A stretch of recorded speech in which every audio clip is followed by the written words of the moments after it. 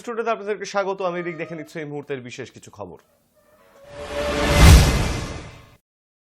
রাষ্ট্রপতি দ্রৌপদী মুর্মু রাষ্ট্রপতি ভবন থেকে সংসদ ভবনের উদ্দেশ্যে রওনা দেন।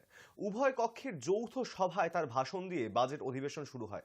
নতুন সংসদ ভবনে এটাই তার প্রথম ভাষণ। এবছরের এপ্রিল মে মাসে অনুষ্ঠিত হতে যাওয়া লোকসভা নির্বাচনের আগে শেষ অধিবেশনটি হল 10 দিনের মধ্যে মোট 8টি বৈঠক। 1 ফেব্রুয়ারি অন্তর্বর্তীকালীন বাজেট পেশ করবেন অর্থমন্ত্রী নির্মলা সীতারামন।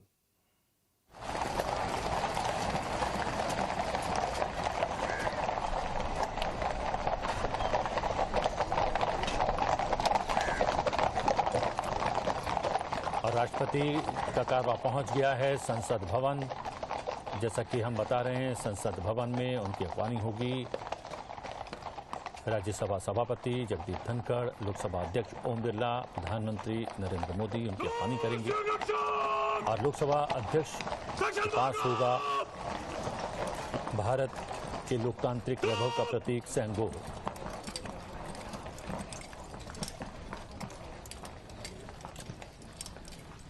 बग्गी से बाहर आएंगी राष्ट्रपति द्रौपदी मुर्मू। उनके अंगरक्षक बाहर आए।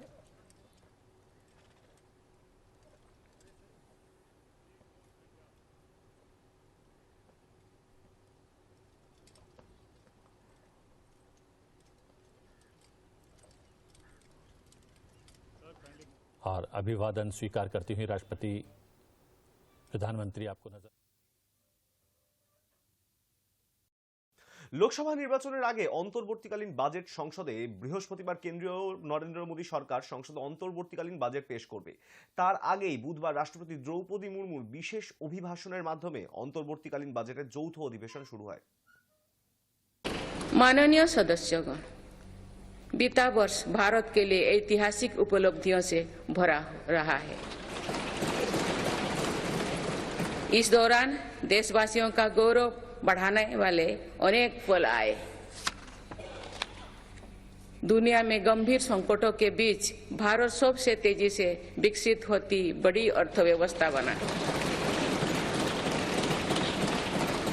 लगातार 2 क्वार्टर से भारत की विकास दर 7.5% से ऊपर रही है।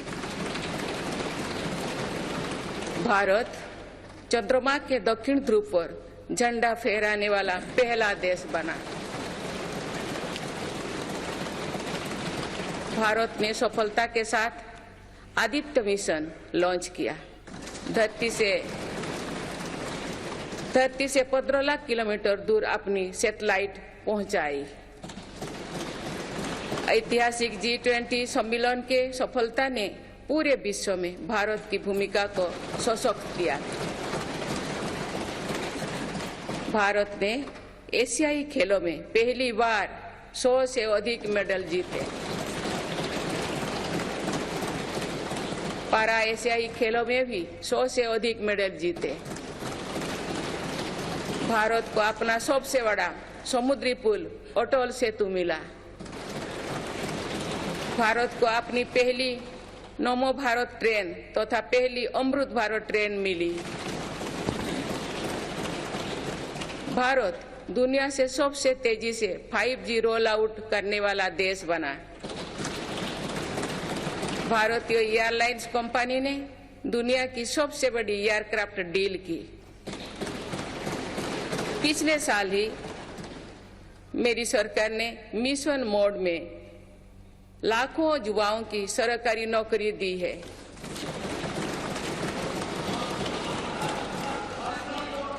माननीय सदस्यगण, बीते 12 महीने में मेरी सरकार अनेक महत्वपूर्ण विधेयक लेकर भी आए। ये विधेयक आप सभी संसद सदस्यों के सहयोग से आज कानून बन चुके हैं। ये ऐसे कानून हैं जो विकसित भारत के संकल्पों की सिद्धि का मजबूत आधार है। 3 दशक बाद नारी शक्ति बंधन अधिनियम पारित करने के लिए मैं आपकी सराहना करती हूँ।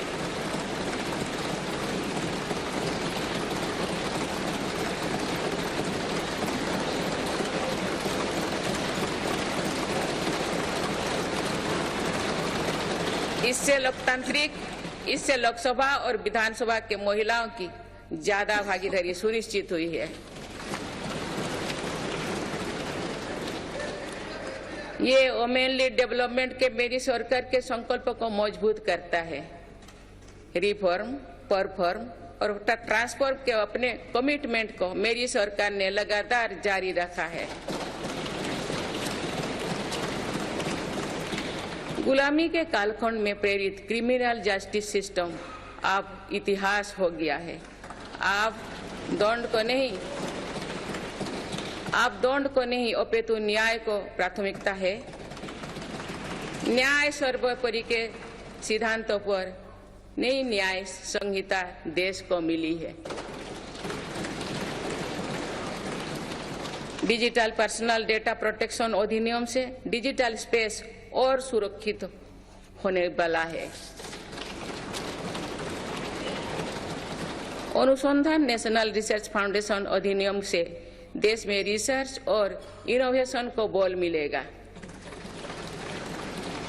जम्मू और कश्मीर आरक्षण कानून से वहां भी जनजातीय समुदाय को प्रतिनिधित्व का अधिकार मिलेगा।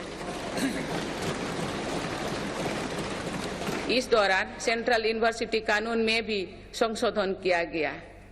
इससे तेलंगाना में सरोक का सेंट्रल ट्राइबल यूनिवर्सिटी बनने का रास्ता सुगम हुआ।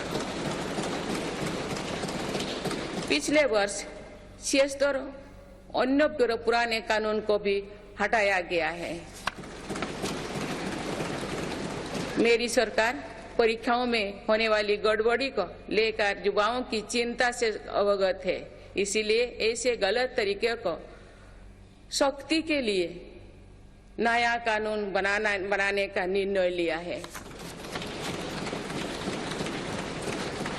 माननीय सदस्यगण, कोई भी राष्ट्र तेज गति से तभी आगे बढ़ सकता है जब वो पुराने चुनौतियों का पूरा परास्त करते हुए अपने ज्यादा से ज्यादा ऊर्जा भविष्य निर्माण में लगाए।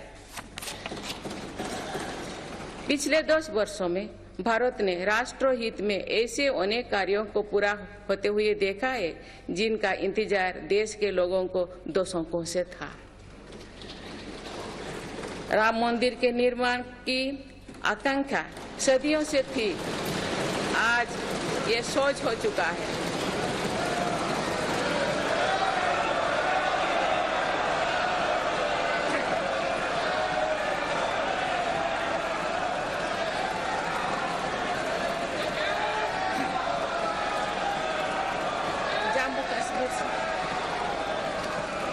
जम्मू कश्मीर से आर्टिकल 370 हटाने को लेकर शंकाएं थी, आज वो इतिहास हो चुकी है।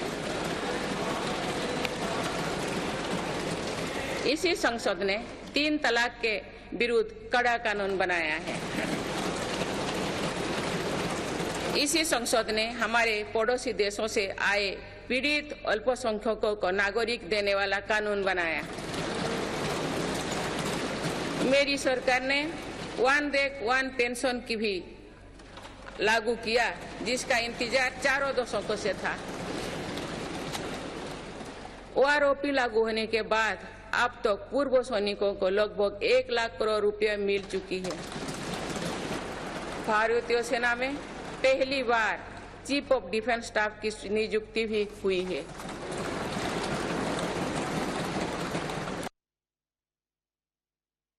স্বাধীনতা সংগ্রামী থেকে ভদ্রলোক বলে শেখ শাহজাহানকে সার্টিফিকেট।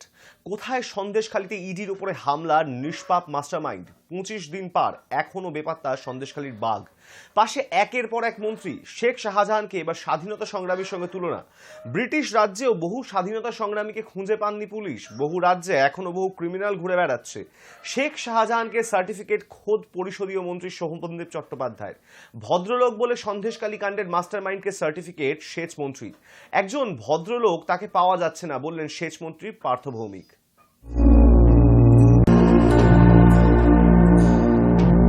ভারতবর্ষের স্বাধীনতা সংগ্রামীদের দিনের পর দিন ব্রিটিশ সাম্রাজ্যবাদ খুঁজে পায়নি। এখনো পর্যন্ত বহু রাজ্যে বহু ক্রিমিনাল ঘুরে বেড়াচ্ছে। সবসময় যে খুঁজে পাবেন এর কোনো মানে নেই। অনেক রকমের টেকনিক্যালিটি বেরিয়ে গেছে, টেকনিক্যাল পদ্ধতি বেরিয়ে গেছে, সেখানে লুকিয়ে বেড়ানো যেতে পারে। যদি সে ক্রাইম করে থাকে শাস্তি হোক, যদি সে দুর্নীতি করে থাকে তার শাস্তি হোক। 25 দিন ধরে কোথায় আছে কেউ যদি পুলিশ প্রশাসন খুঁজে না পায় তাহলে কি করা যাবে? দলের অস্বস্তির কোনো ব্যাপার নেই, একজন ভদ্রলোক তাকে পাওয়া যাচ্ছে না। এখন আমি যদি তাকে না পাই, আমাকে অন্য কাউকে দিয়ে কাজ চালাতে হবে। শাহজাহানই তৃণমূল, তৃণমূলই শাহজাহান। তো স্বাভাবিকভাবেই শাহজাহানকে ওই অঞ্চলে প্রয়োজন আছে। শাহজাহানের মাধ্যমে লুটতরা চালিয়ে যাবার সুবিধা আছে। সুতরাং সেই জন্য শাহজাহান এখন যাচ্ছে না। যখন তৃণমূল মনে করবে উপযুক্ত সময়, তখন শাহজাহান যাবে। খুঁজে না পাওয়ার ব্যাপারটা খুব কঠিন ব্যাপার। যারা খোঁজে তারা কোনোটা খুঁজে পায়, কোনোটা খুঁজতে হয়তো একটু দেরি হয়। তার মধ্যে একবারে সেটাকে সফল বা একবারে ব্যর্থ এইভাবে বলা খুব মুশকিল। এত বড় পৃথিবী, এত বড় ব্রহ্মাণ্ড, এত বড় জগৎ, সে মানে কোথায় একজন মানুষ আছেন তাকে এরকম খুঁজে বার করে আনা সে কি সহজ কাজ? অভিষেক বন্দ্যোপাধ্যায় সাফ জানিয়েছেন, রাজভবনের সামনে তিনি যে ধর্ণা শুরু করেছিলেন তা তোলার ইচ্ছে তাঁর ছিল না। শুধুমাত্র মমতা বন্দ্যোপাধ্যায়ের কথাতেই সেই কর্মসূচি প্রত্যাহার করেছিলেন। প্রশ্ন উঠছে, এই বক্তব্যে কি অভিষেকের অভিমানই ঝরে পড়ল? কিন্তু কেন? অভিষেকের ঘনিষ্ঠ মহল সূত্রে খবর, দুর্নীতির অভিযোগে জেলবন্দি জ্যোতিপ্রিয় মল্লিককে এখনো মন্ত্রীপদে রেখে দেওয়া সহ একাধিক দলীয় বিষয় নিয়ে ক্ষুব্ধ অভিষেক বন্দ্যোপাধ্যায়।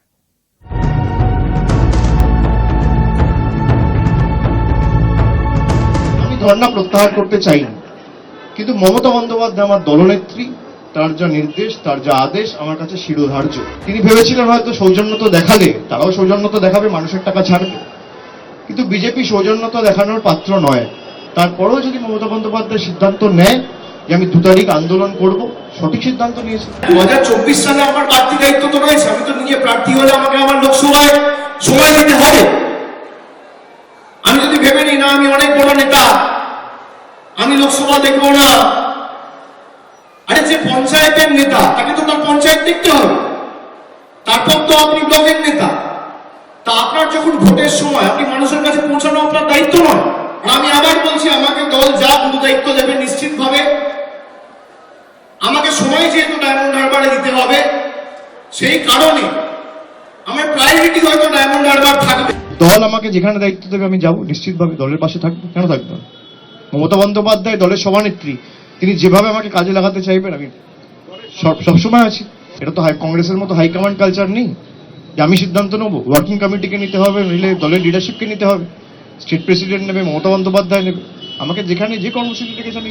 মাধ্যমিক পরীক্ষার্থীদের সুবিধার্থে বড় ঘোষণা রেলের। আগামী 2 তারিখ থেকে 12 তারিখ পর্যন্ত শিয়ালদা ডিভিশনের লোকাল ট্রেনে মিলবে অতিরিক্ত স্টপেজ। জানা যাচ্ছে, পরীক্ষার্থীরা যাতে নির্দিষ্ট সময় পরীক্ষা কেন্দ্রে পৌঁছতে পারেন তার জন্যই এমন উদ্যোগ রেল কর্তৃপক্ষের। এ বিষয়ে পূর্ব রেলের মুখ্য সংযোগ আধিকারিকের বক্তব্য, শিয়ালদা শাখার যে ট্রেনগুলি সব স্টেশনে দাঁড়ায় না, মাধ্যমিক পরীক্ষার দিনগুলিতে তা প্রত্যেকটা স্টেশনেই স্টপেজ পাবে।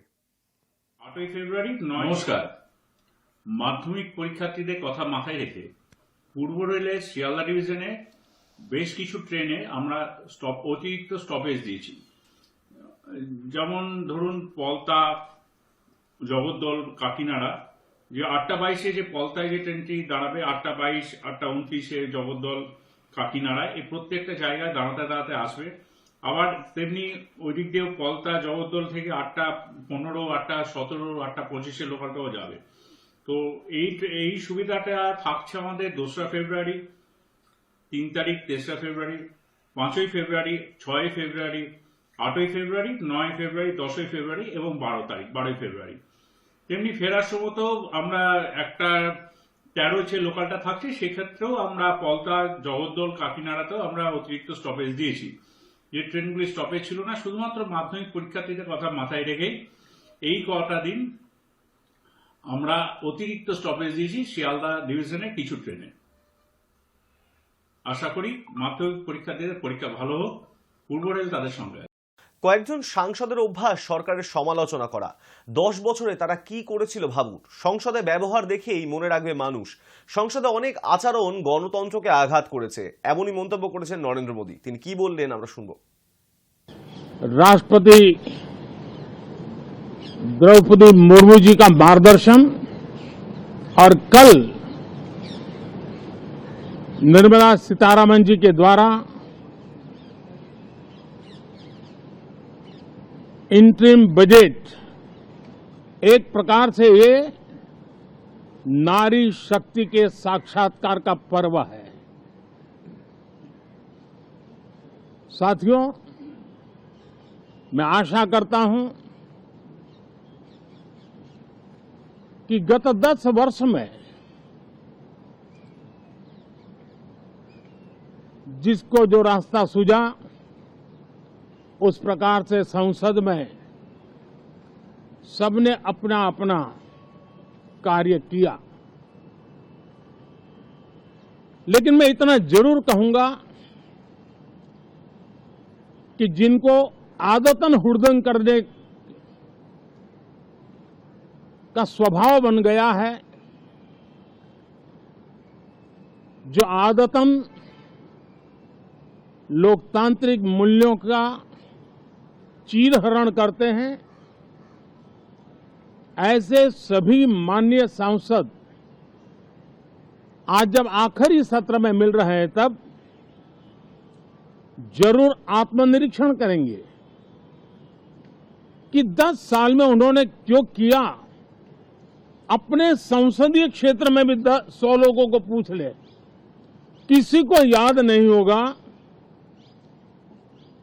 किसी को नाम भी पता नहीं होगा जिन्होंने इतना हुड़दंग हो हल्ला किया होगा। लेकिन विरोध का स्वर तीखा क्यों ना हो, आलोचना तीखी से तीखी क्यों ना हो, लेकिन जिसने सदन में उत्तम विचारों से सदन को लाभान्वित किया होगा, उनको बहुत बड़ा वर्ग आज भी याद करता होगा।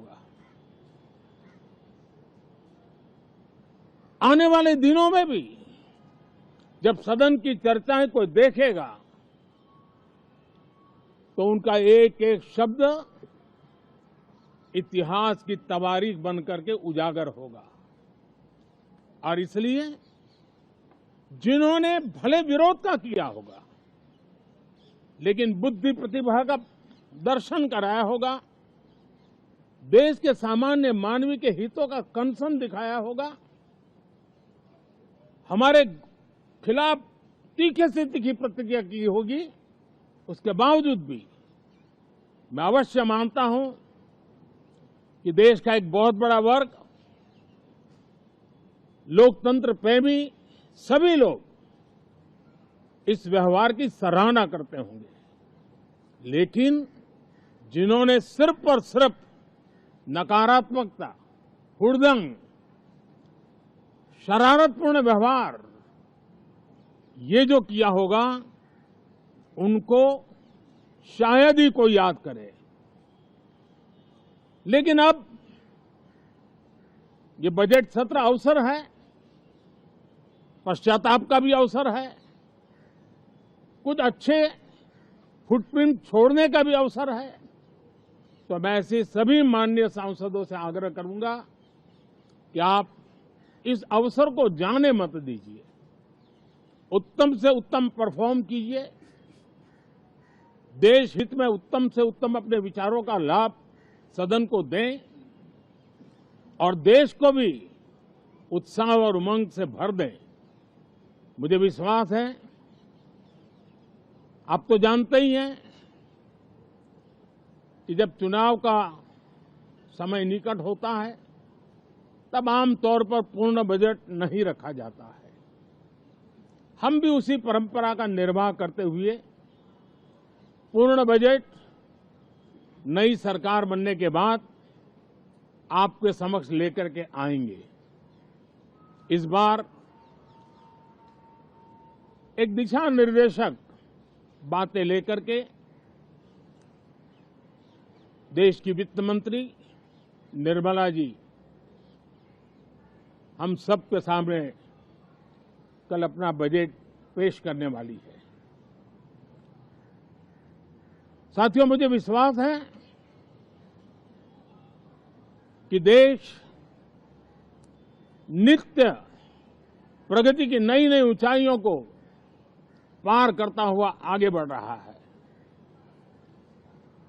सर्वस्पर्शी विकास हो रहा है, सर्वांगीण विकास हो रहा है, सर्वसमावेशक विकास हो रहा है, ये यात्रा जनता जनार्दन के आशीर्वाद से निरंतर बनी रहेगी। इसी विश्वास के साथ फिर आप सभी को मेरा राम राम। মালদার বামনগোলায় দুই মহিলাকে বিবস্ত্র করে মারধরের ঘটনায় রাজ্যকে 6 লক্ষ টাকা ক্ষতিপূরণ দেওয়ার নির্দেশ জাতীয় মানবাধিকার কমিশনের। দুই নির্যাতিতাকে 3 লক্ষ টাকা করে দেওয়ার নির্দেশ দেওয়া হয়েছে। গত বছরের জুলাই মাসে বামনগোলায় ভরা হাটে চোর অপবাদে দুই মহিলাকে বিবস্ত্র করে মারধর করা হয়। পুলিশের বিরুদ্ধে গাফিলতির অভিযোগ ওঠে। চাপের মুখে পড়ে ঘটনার 9 দিনের মাথায় বামনগোলা থানার আইসি, 2 এসআই এবং 1 এএসআই কে ক্লোজ করা হয়। জাতীয় মানবাধিকার কমিশনে মামলা দায়ের করেছিল বিজেপি। তার প্রেক্ষিতেই রাজ্যকে ক্ষতিপূরণ দেওয়ার এই নির্দেশ।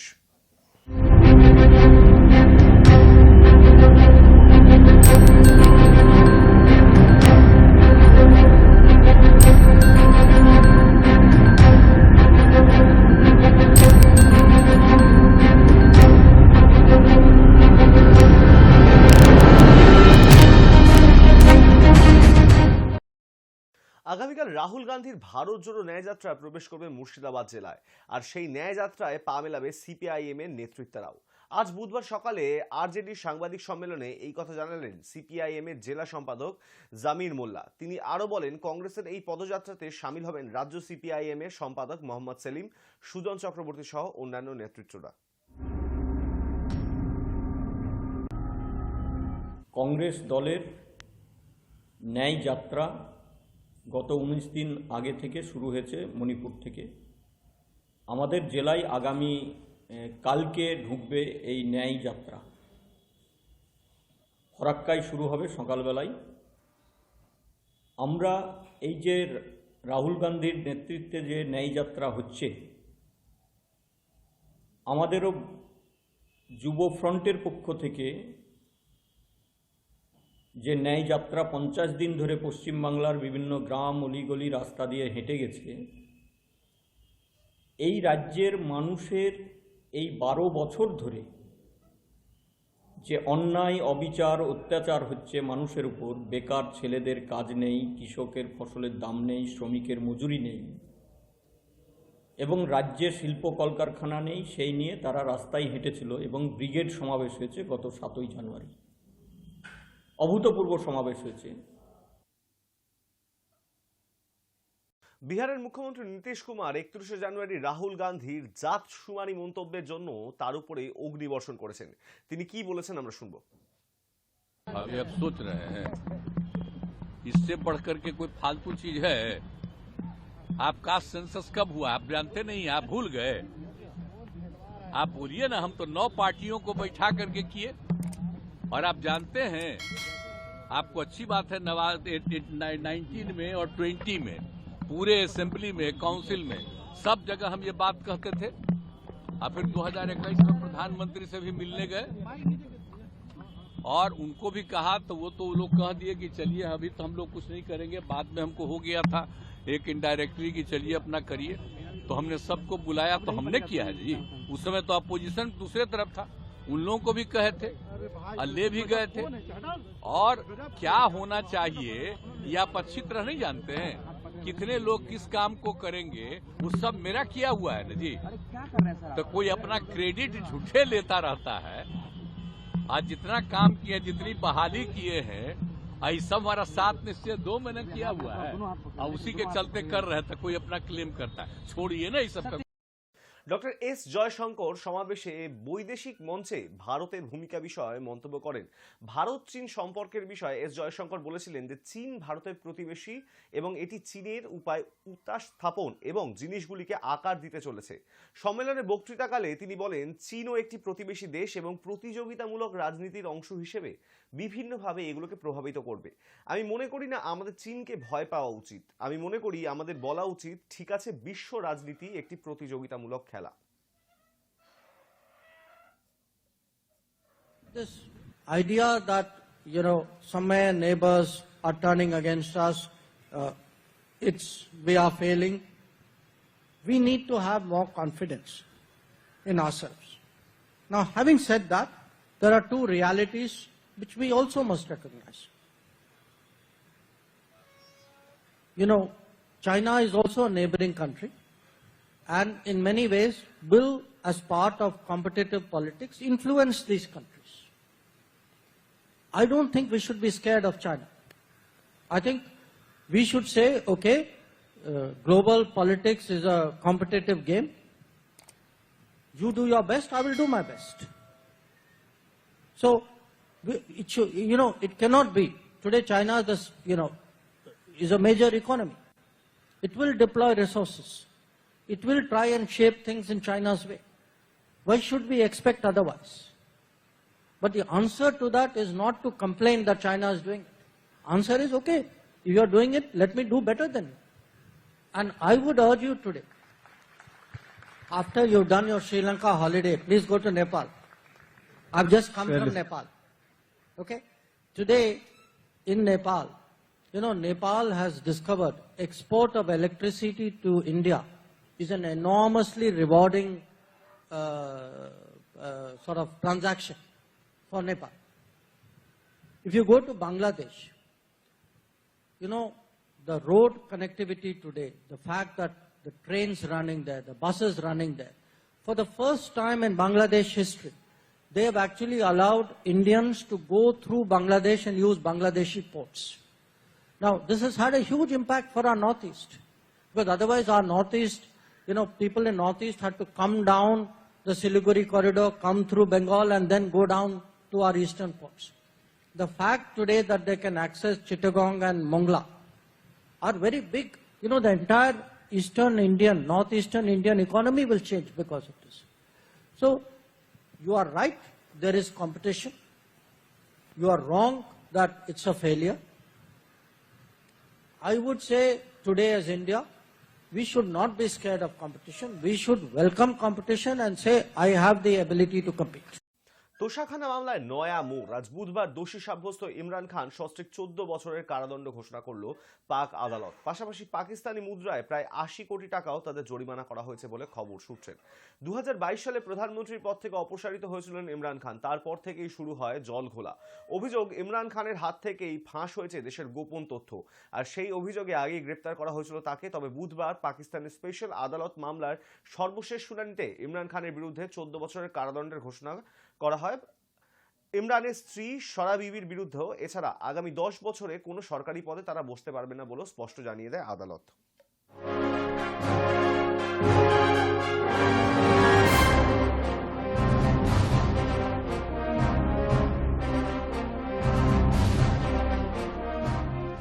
নিউজ টুডে এখন এই পর্যন্তই। দেখতে থাকুন হাই নিউজ, নির্ভীক নিরপেক্ষ।